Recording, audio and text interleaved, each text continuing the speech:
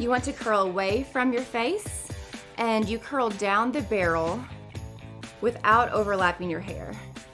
Again, this is when you're thankful for this glove. So it really keeps my hand from burning, which it would be doing right now without it. So, and then hold for up to 10 seconds. You don't want to go too much longer than that.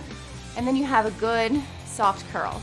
I really like these curls because you can brush them out and make them as wavy and casual as you want them to be, or you could spray that really well and keep it pretty formal.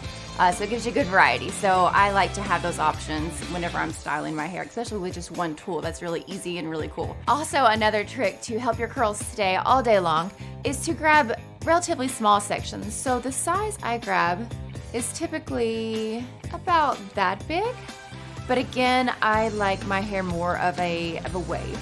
So you can grab smaller sections for tighter curls or larger sections for more loose waves.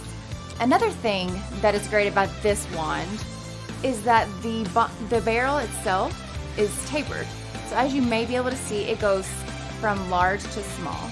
And I'm being very careful again to not overlap the hair strands so that they all touch the barrel and get the curl.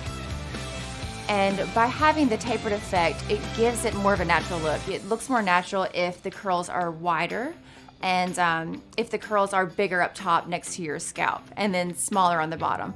And that's, at the end of the day, what I like to have is more of that natural curl look. Thank you all so much for joining me today. That's all I have. I really hope that you're able to go out and find yourself a Remington Pearl ceramic wand and that you love it as much as I do.